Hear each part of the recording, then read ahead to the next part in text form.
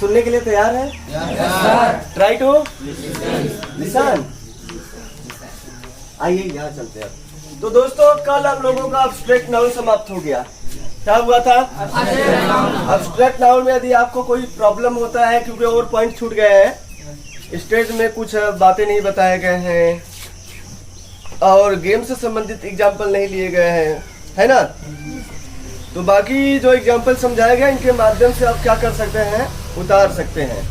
यदि आपको कोई समस्या होता है तो लगाइए अपना क्वेश्चन और उसको हम बता रहे हैं, डील कर रहे हैं, अन्यथा फिर हम आगे का क्लास आज जारी रखें। क्या दोस्तों, कंटिन्यू टू नेक्स्ट क्लास? अगला क्लास लगाया जाए? जारी किया जाए? दोस्तों जो हम लोगों का अगला क्लास है वह है नाउन केस। क्या है दोस्तों? Noun case. शुरुआत है दोस्तों नाउन केस से। अच्छा, जहाँ काम बोलेंगे नाउन तो यहाँ क्या समझ में आएगा, प्रोनाउन है या नहीं है? नाउन बोलते ही ख्याल आना चाहिए जहाँ नाउन वहाँ पे तुरंत मस्तिष्क में जाना चाहिए कि जो काम नाउन का है वही काम प्रोनाउन का है। बस थोड़े से नाम बदले हुए है। बस क्या हुआ, बदला हुआ है दोस्तों? इधर मोहन है इधर ही हो जाएगा, इधर मोहन गीता सोहन है इधर दे हो जाएगा। बात समझ में आ रहा है ना? तो बात तो वही हो रहा है, दूसरा हो रहा है, वही हो रहा है। बस थोड़े से क्या हुए हैं दोस्तों, नाम बदले हुए हैं। तो नाम में क्या रखा हुआ है, नाम से तो हम जाने जाएंगे कौन क्या काम कर रहा है। काम जानिए, अपने आप क्या हो जाएगा, नाम पता चल जाएगा। तो सबसे पहले अपने को क्या करना है दोस्तों, केस स्टडी पर फंक्शन पे चलना है। फंक्शन का मतलब कार्य, कार्य समझिए, अपने आप समझ में आ जाएगा। तो दोस्तों जैसा हमने बोल दिया नाउन केस, क्या केस का मतलब होता है दोस्तों स्थिति। केस का मतलब क्या होता है, पोजीशन क्या उसकी है, पोजीशन की हमें बात करना होता है। इसमें क्या करना पड़ता है दोस्तों, क्या क्या क्या, फिर से नहीं समझ में आया? तो दोस्तों ये जो नाउन केस होता है, नाउन की पोजीशन बताता है। क्या बताता है यार? किस पोजीशन पे अगर कोई चीज क्या रहेगा तो उसका क्या नाम रखा जाएगा। आ रहे हैं ना? तो सीधा सीधा अगर हम बात करें दोस्तों, नाउन केस बोलते ही आपको समझ में आना चाहिए function of noun. Function of noun अर्थात नाउन का कार्य। कौन सा बात हो रहा है फिर से बताइएगा। नाउन केस बोलते ही समझ में आना चाहिए function of noun. Function of noun किसका दोस्तों फंक्शन है? ख्याल तुरंत आना चाहिए कि ये जो फंक्शन चल रहा है इसका नाउन केस का मतलब ही क्या होता है, फंक्शन ऑफ नाउन। दोस्तों जो ये नाउन होता है ये तीन काम लेता है, तीन स्थान पे आता है। एक सब्जेक्ट के स्थान पर आता है, एक ऑब्जेक्ट के स्थान पर आता है और दूसरा कहाँ पर? चले दोस्तों आगे ध्यान दीजिए अपने पढ़ाई पर। पंखा हवा नहीं लगेगा तो भी सुकून मिलेगा, लेकिन पढ़ाई के ऊपर ध्यान नहीं देंगे तो फिर गर्मी के ऊपर ध्यान जाएगा, और गर्मी के ऊपर ध्यान जाएगा ना दोस्तों, जानते हो क्या होगा? क्या करेंगे, ऐसे करेंगे अपना, मतलब एक काम नहीं होगा, कई काम करेंगे उसके साथ। सर जी बर्दाश्त से बाहर है, पंखा अपने मारेंगे, तो ध्यान यहाँ देना है दोस्तों, ठीक है ना? दोस्तों अगर हम बात करें noun case that means function of noun. Function क्या है दोस्तों नाउन का? सब्जेक्ट ऑब्जेक्ट और सब्जेक्ट ऑब्जेक्ट और चलते हैं दोस्तों, समझते हैं दोस्तों। अगर यही नाउन सब्जेक्ट का काम कर रहा है इसका नाम रखा जाता है सब्जेक्टिव। क्या काम रखना है? धीरे धीरे कैसा चल रहा है? धीरे धीरे गाड़ी चलेगा तो हमें धीरे धीरे समझ में आ जाएगा, और जोर से चलेगा तो हम गिर भी सकते हैं और गाड़ी में चढ़ भी नहीं सकते हैं, है ना? आइए यहाँ समझते हैं।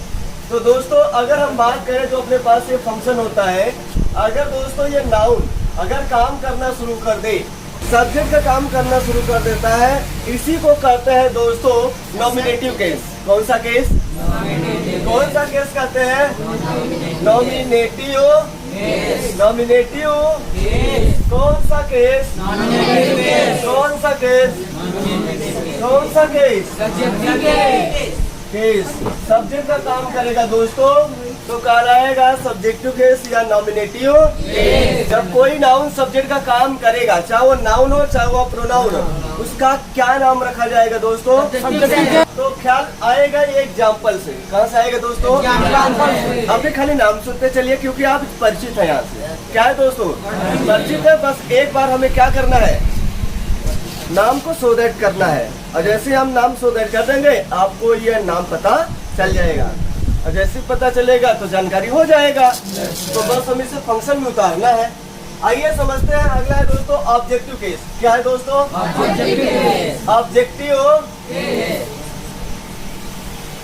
Objective case.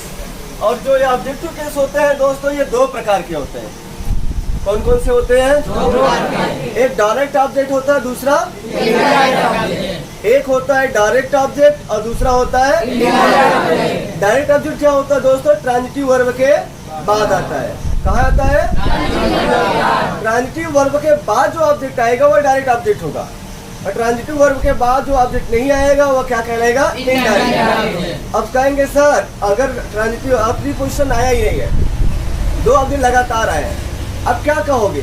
दोस्त आपको ज्यादा भटकने की जरूरत नहीं है, ज्यादा भटकने की जरूरत नहीं है। आपके सामने अगर जो व्यक्ति दिखाई देगा उसे हम लोग क्या बोलेंगे? Direct.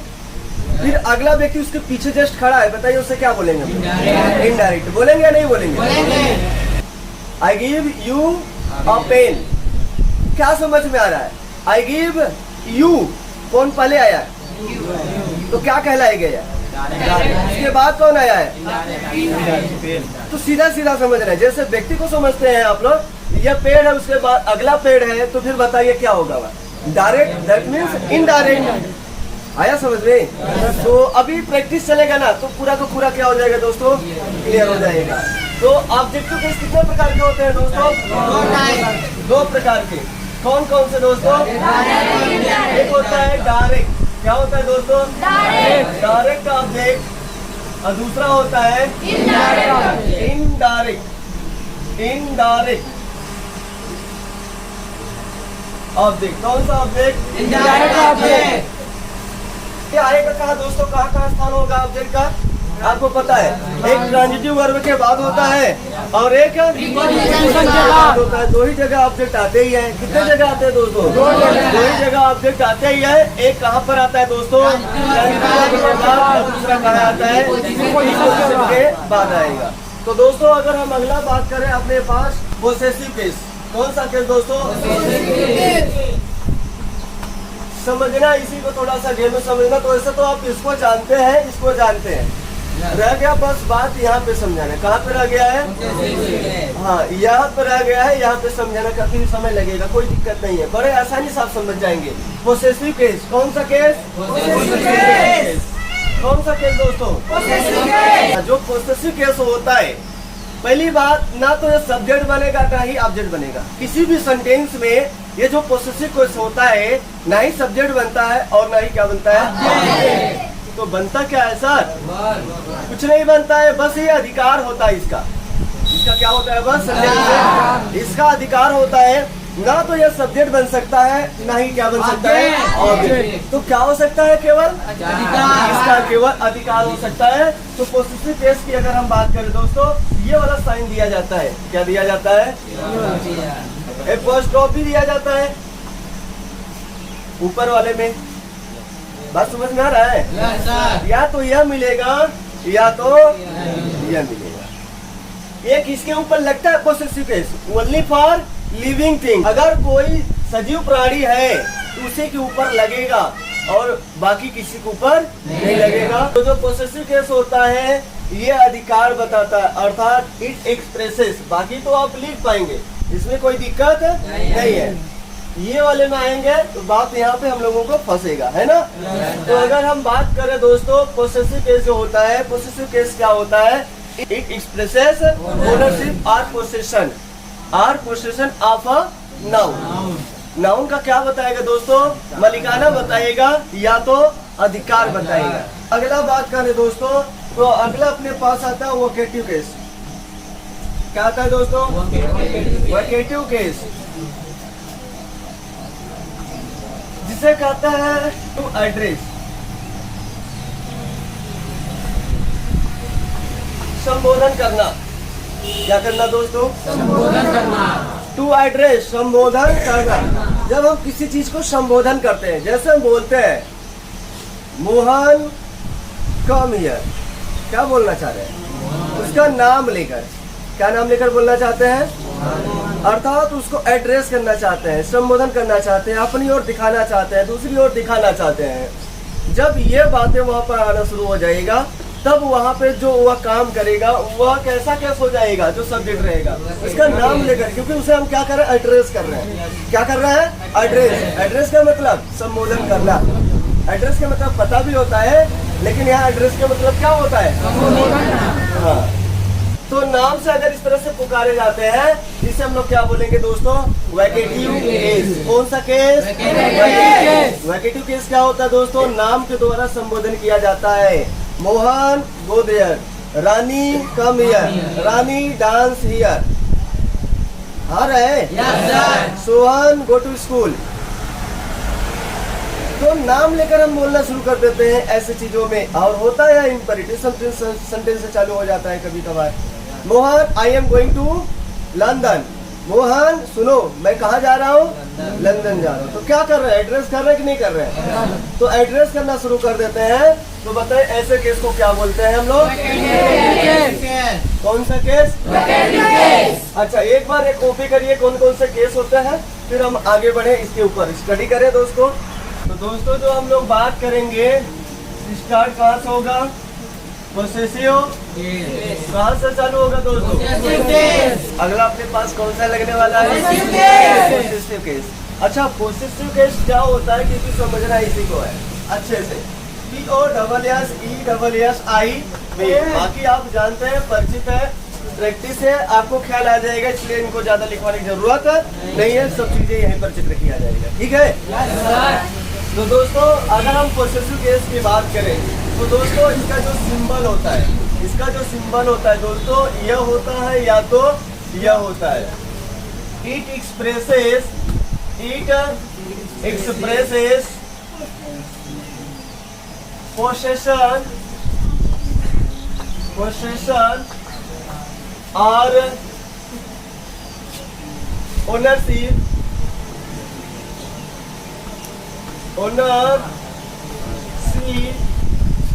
of a noun or pronoun, of a noun or pronoun। ये नाउन या प्रोनाउन का क्या बताएगा दोस्तों? अधिकार बताएगा। अगर हम इसकी पॉइंट की बात करें दोस्तों, तो ये पॉइंट बोलता है कि अगर मुझे यूज करना है, केवल लिविंग चीज के लिए यूज करिएगा। It is used only living thing.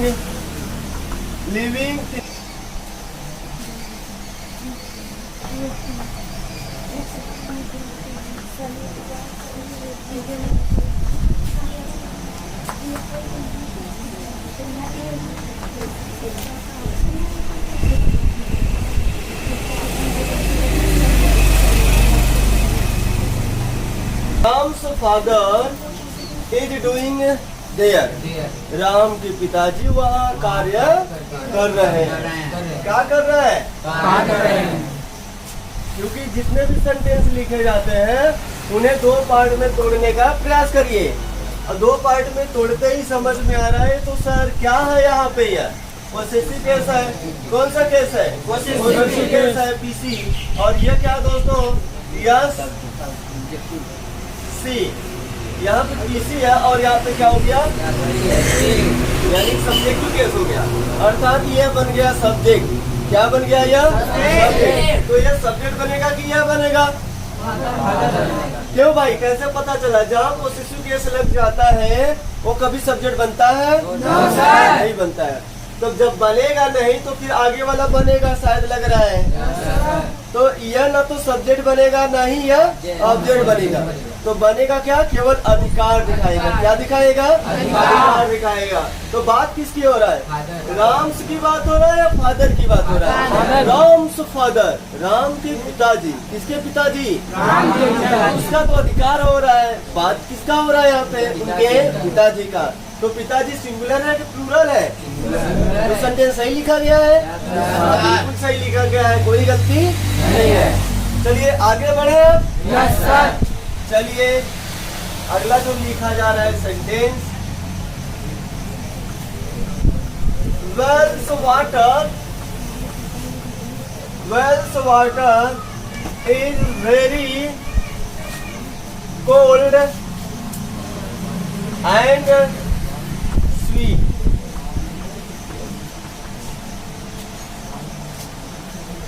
Wells water is very cold and sweet. चलिए सही लिखा गया है या गलत लिखा गया सेंटेंस, बस इतना बताइए। गलत है? कौन बताएगा भाई, आप बताइए।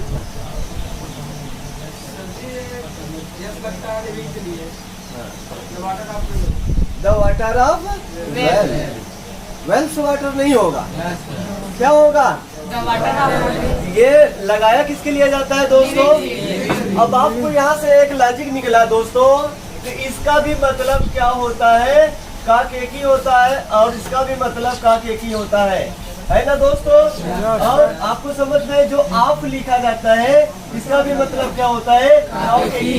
ये रिलेशन को प्रकट करता है भाई, किसको प्रकट करता है, यह प्रकट करता है, शब्द के अनुसार परखा जाएगा। लिखा गया ना, गलत लिखा गया, गलत लिखा गया है। क्यों भाई गलत है, कैसे पहचान मिला, ये नॉन लिविंग है, तब क्या होना चाहिए सही इसका।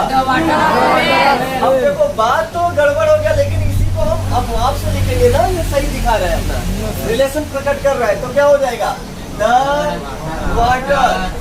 वाटर ऑफ वेल, क्या हो जाएगा दोस्तों, the water of well is very cold and sweet. क्या है दोस्तों, सही बात है। तो ये क्या, कौन सा वर्ड है यार, ये कौन सा वर्ड है, एडजेक्टिव एडजेक्टिव को जोड़ने के लिए कौन सा वर्ड आता है अपने पास, एंड। एक ही वर्ड है कि और कोई वर्ड है, एक ही वर्ड है, सेम प्रकार के वर्डों को जोड़ने के लिए। वो कौन सा वर्ड है, एंड है। बैठ जाइए। अब मुझे बताइए, इसी बात को अगर लिखा जाए सही क्रम में तो बात दोस्तों क्या हो सकता है, द वाटर ऑफ वेल, किसका पानी, कुएं की बात हो रहा है या पानी की बात हो रहा है। तो पानी बताओ भाई, रियल नाउन है कि कौन सा नाउन है, पानी पीना जा सकता है, तो फिर आर्टिकल उसके आगे आया है, डिफिनिट हो गया। क्या हो गया, डिफिनिट है कि नहीं है, कहाँ का पानी, हम कहा वाटर इज, अगर हम बात करें दोस्तों, जल ही जीवन है, water is life, the water is life या water is life, water is life. अब हम पानी की बात ही कर रहे हैं, पूरे संसार की पानी कि आपका पानी, पूरे संसार की पानी। वाटर बोलते हैं कौन सा पानी, पूरे संसार की पानी की बात हो रहा है। ये पानी क्या है दोस्तों, जल ही, वाटर इज लाइफ। बोलते हैं कि नहीं बोलते हैं, ऐसा बोलते हैं। तो the water of well, the water of well is very cold and sweet. अगर यहाँ पे इस बात को सही से लिखिए तो ये दूसरे क्रम में क्या लिख सकते हो आप, the father of Ram, the father of Ram is doing there. धीरे धीरे आएगा बात, क्लियर होगा, मजा आएगा, हमें बोलना ही है, समझना ही है, ठीक है ना। yes, तो यहाँ तक तो बात समझ में आया होगा दोस्तों। अगला पूछे, क्योंकि धीरे धीरे गाड़ी अपना बढ़ेगा, ठीक है ना। Yes sir. This table legs are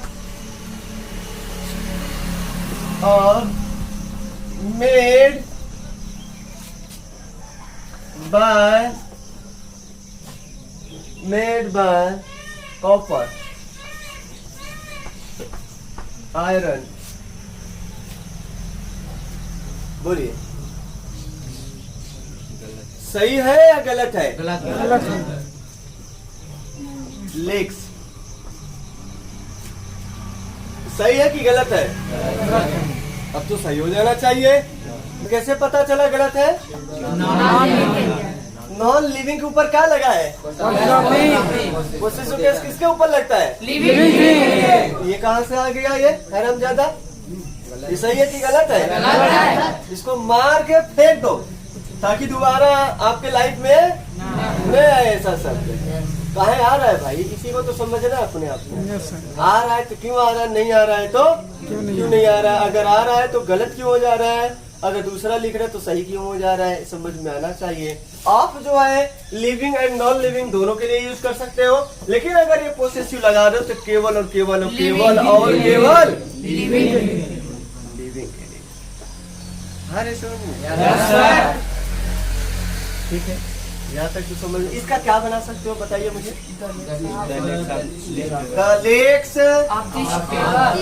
The legs of this table। कुछ समझ में आ रहा है आपको? The legs of this each की आर कैसे आर लगेगा दोस्त? ईच नहीं आना चाहिए। बात तो यहाँ पे ओहो, यहाँ इसकी बात हो रहा है दोस्त। ये प्रीपोजिशन के बाद ऑब्जेक्ट आएगा, सब्जेक्ट बनेगा? तो ख्याल क्या आ रहा है? ख्याल ये आ रहा है कि ये नहीं बनेगा सर, ये बनेगा सर। ख्याल आ रहा है कुछ? तो क्या हो जाएगा? प्लूरल है कि सिंगुलर है? तो क्या आना चाहिए? Are made copper. किससे बना है दोस्तों? कॉपर से बना है। क्लियर है? जब तक हम लोग बात नहीं समझ पाएंगे तब तक आगे नहीं बढ़ना है। ठीक है ना?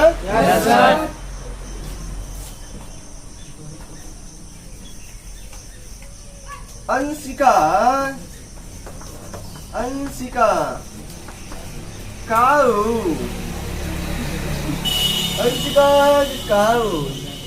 is very docile। कैसा है दोस्तों? बहुत सीधा साधा है। सीधा सादी है कि सदा सादा है? सीधा सादी है। कौन सीधा सादी है?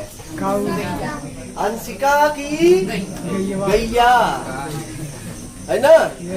अंशिका की गैया कैसी है? कैसी है? बहुत सीधी सादी है। तो सीधी सादी सही लिखा गया, गलत लिखा गया? कहाँ गलत है इस बार? बिना देखे बोल देते, कल को कुछ दिखाई नहीं दे रहा सही गलत। हाँ तो बताइए सही गलत है? कहाँ गलती आप बताइए? अच्छा आर कैसे? कैसे यार? प्लूरल है ना? कौन प्लूरल है? कहाँ अंशिका प्लूरल है? अंशिका ऑब्जेक्ट है। अंशिका ऑब्जेक्ट है? कहाँ ऑब्जेक्ट बनता है? ना तो ये सब्जेक्ट बनेगा ना ये ऑब्जेक्ट बनेगा। इसका केवल और केवल क्या हो सकता है? पोसेशन हो सकता है, अधिकार हो सकता है। जब उस तरीके में लिखेंगे तब ना होगा। यहाँ पे पोसेशन लिखा गया है तो बस इसका क्या हो सकता है? अधिकार हो सकता है। केवल इसका क्या है? अधिकार है, ऑब्जेक्ट नहीं बनेगा। ठीक है? लेकिन उस ढंग में लिख दिया तब क्या बन जाएगा? अंशिका ऑब्जेक्ट। किसका ऑब्जेक्ट? इस काऊ के लिए क्या आएगा? चलिए देखिए, तो दोस्तों यहाँ पे जो लिखा गया है ये सही नहीं है, क्योंकि जो अपने पास सब्जेक्ट है वो क्या है? प्लूरल। तो प्लूरल के अनुसार क्या आना चाहिए? ईच की आर। अब क्या हो जाएगा? अंशिका काऊ आर वेरी डोसाइल। अंशिका की गाय है। कैसी है? उनके पास तो गैया नहीं, गैया किसी के पास है। है ना? हाँ, तो अब इसको दूसरे रूप में लिखिए। The cows are the cows. अच्छा ये बताओ 10 सिंगुलर है कि प्लूरल है? ये बताओ पहले। ये आजकल है। नहीं 10 सिंगुलर है कि प्लूरल है? ये बताओ पहले। बड़ा समस्या की बात है। ना ये सिंगुलर है ना ही प्लूरल है। हाँ? ना ही सिंगुलर ना ही प्लूरल। ना ही ये सिंगुलर है ना ही प्लूरल, तो है क्या ये? ये आजकल है। आर्टिकल है। आर्टिकल तो हमें भी पता, लेकिन आप ये बताओ सिंगुलर है कि प्लूरल है? ये काउस प्लूरल है। अच्छा अच्छा। तो दोस्तों जो द होता है ये ट्रीट करता है सिंगुलर और प्लूरल दोनों की तरह। दोनों की तरह, तभी तो हम आगे लगा देते हैं। ठीक है ना? अब इसके ढंग से क्या पता चल रहा है? ए गैया। अभी द का मतलब ए होता है, पता है कि नहीं? ए ओ, यहाँ वहाँ। द का मतलब यहाँ वहाँ, ए ओ। अब यहाँ का मतलब क्या समझ में आ रहा है? किसकी गाय है? ये अंशिका की गैया, ओ अंशिका की गैया। बहुत सीधी सादी है। अगर बात को समझना चाहेंगे तब, नहीं तो सीधा सीधा हम क्या बोलेंगे? अंशिका की गाय बहुत सीधी सादी है। ठीक ठाक है? नोट डाउन करिए, फिर आगे ऊपर लिखे। अब हम 2 सेंटेंस लिख रहे हैं जो बताएगा 51 रुपए का इनाम मिलेगा। हाँ, कितने रुपए का इनाम? 51 रुपए का इनाम मिलेगा। 51 रुपए का नगद इनाम लेना है कि चेक बुक द्वारा लेना है? चेक बुक द्वारा माध्यम से मत लीजिए, क्योंकि छोटी रकम है, इसलिए आप डायरेक्ट ले लीजिए हाथों हाथ। ठीक है ना? हाँ, और नहीं बताने पर 101 रुपए वापस ले लिया जाएगा आप लोगों से। हाँ हाँ ठीक है ना? हाँ, तो 101 रुपए लेंगे।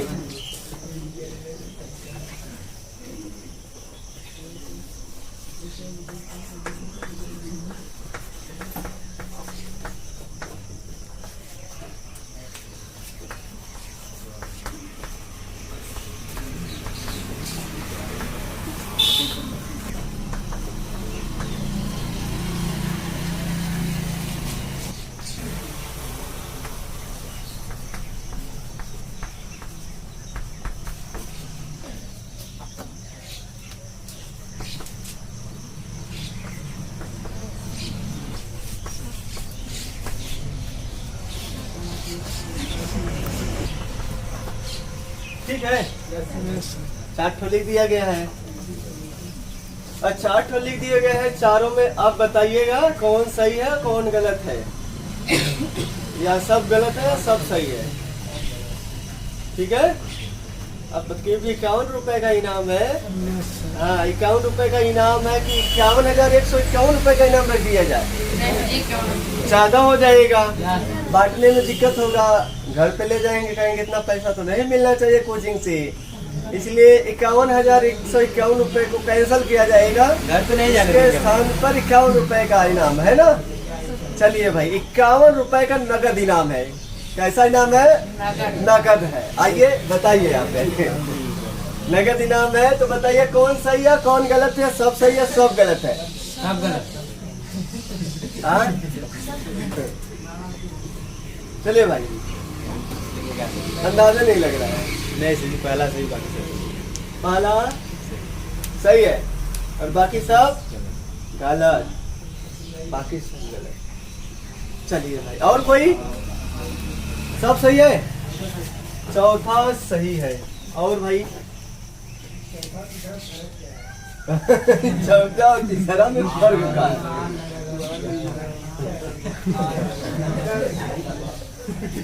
तीसरा सही है।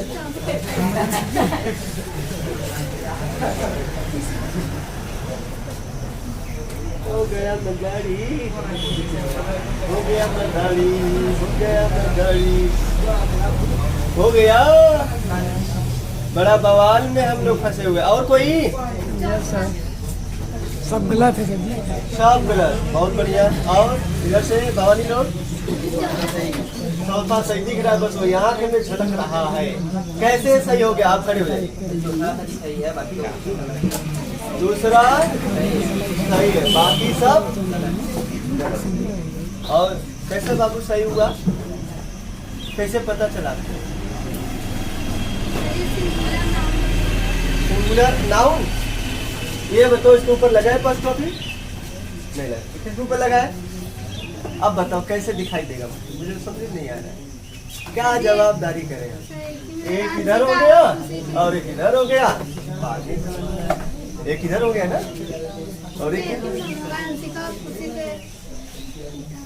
हाँ, एक ही पिताजी। अंशिका और खुशी के क्या पिताजी है? ठीक है, आपकी बात सत्य है, बैठ जाइए। इन्होंने सही समझाया, बाकी लोग भी बैठ जाइए। लेकिन सर जी पोस्ट ऑफिस, हाँ, ये पोस्ट ऑफिस दोनों को लगना चाहिए तुम ना। बता रहे हैं दोनों सही है। दोनों सही है, ऊपर वाला और नीचे वाला। तो ऊपर और नीचे वाला तो सही होता है, और बाद बार बीच वाला क्या हो गया? गलत हो गया। ऊपर नीचे का क्या है यहाँ पे? गलत। सही। और बीच वाला? अब बीच वाला गलत है तो क्यों गलत है? ऊपर नीचे वाला सही है तो क्यों सही है? आइए चले आगे, चले आगे। दोस्त, अगर हम बात करें अंशिका एंड, बस ध्यान से थोड़ा समझने का प्रयास करिएगा, समझाने का प्रयास कर रहे हैं, धीरे से समझ जाओगे, आसानी से, बड़े आसानी से समझ जाओगे। अंशिका एंड खुशी फादर। अब बताइए, अंशिका की भी बात हो रहा है और खुशी की भी बात हो रहा है। अंशिका के पिताजी और किसके पिताजी? खुशी के पिताजी। दोनों के ऊपर क्या लगा है? apostrophe लगा है। तो दोनों के पिताजी क्या है? अलग अलग है। क्या है? इनके पिताजी और इनके पिताजी दोनों क्या है? अलग अलग, इसलिए दोनों पर apostrophe लगा है। ठीक है ना? आगे देखिए क्या आएगा? सिंगुलर आएगा, प्लूरल आएगा? प्लूरल आएगा, सिंगुलर नहीं आएगा। राम्स एंड सोहन्स मदर और मदर्स। ठीक है? अगर मदर लिखा तो फिर गलती है कि नहीं है? तब गलती है। दो राम और सोहन की माँ एक ही है। राम और सोहन भाई तब होंगे, भाई होंगे तभी तो उनकी माँ क्या हो रही? एक हो रही कि दो हो रही है?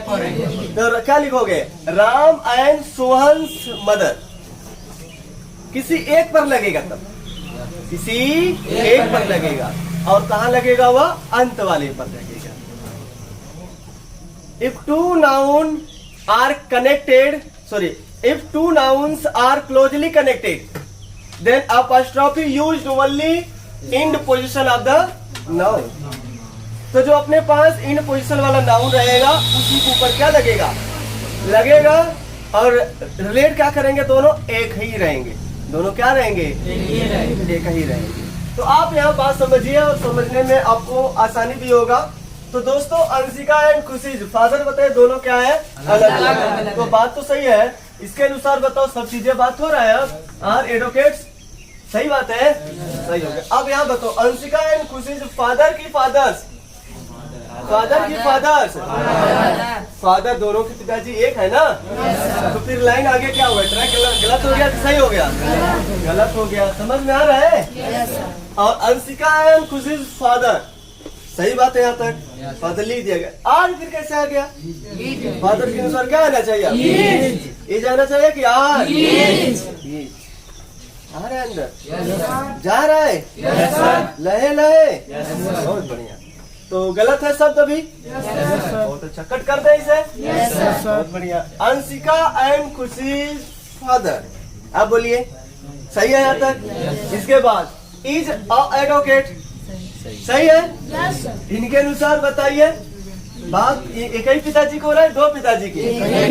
अंशिका एंड खुशी फादर। और ये जो लगेगा apostrophe, दोनों के एक ही कार्य करने वाले होंगे, दोनों के रिलेशन को एक ही सुधर करना है। तो अंत वाले पे apostrophe लगेगा और आगे क्या आएगा? सिंगुलर की प्लूरल? सिंगुलर। इसके अनुसार सहायक क्रिया आगे वाला कॉम्प्लीमेंट सिंगुलर है। तो फिर बताइए क्या लगेगा? आर्टिकल आएगा कि नहीं आएगा? आएगा। आ रहा है सर, ठीक है।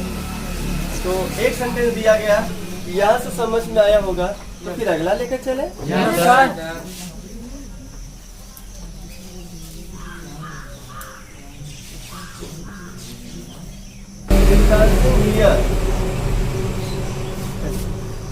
Here is dancing here. Ram's and Sohan's brother. मुंह से निकल रहा है, सोच रहे हैं कि ये लगा लेकिन नहीं निकल पा रहा है ना।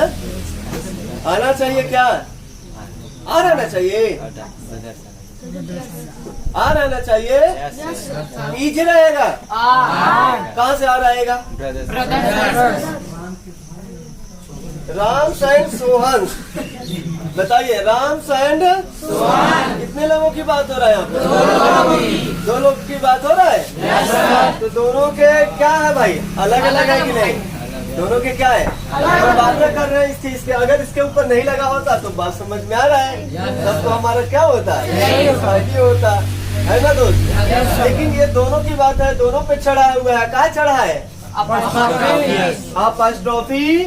यस। अगर इसी को हम अगर अच्छे से लिखना चाहे तो क्या लिख सकते हो? The brother of Ram and, ऐसे लिख सकते हैं कि नहीं? अगर इसे लिखना चाहते हैं तो क्या लिख पाएंगे इसे? The father of Anshika and Khushi. The father of Anshika and Khushi. तो दोनों के पिताजी क्या है? एक ही दिख रहा है। अगर यहाँ पर लिखना पड़ेगा the fathers of Anshika and Khushi, ये वाला हो जाएगा। आ रहा है बात समझ में? तो क्लियर, दोनों बात समझ में आना चाहिए, आपसे भी और हम लगा रहे हैं एपोस्ट्रोफी, तो इससे भी समझ में आना चाहिए। ठीक ठाक है। तो राम्स एंड सोहन्स ब्रदर होगा कि ब्रदर होगा? इज किया आर होगा दोस्तों। डांसिंग यहाँ क्या कर रहे हैं? ठीक ठाक है। yes, sir. अगला लिखे। yes, sir. चलिए अगला लिख रहे हैं। Wells moving.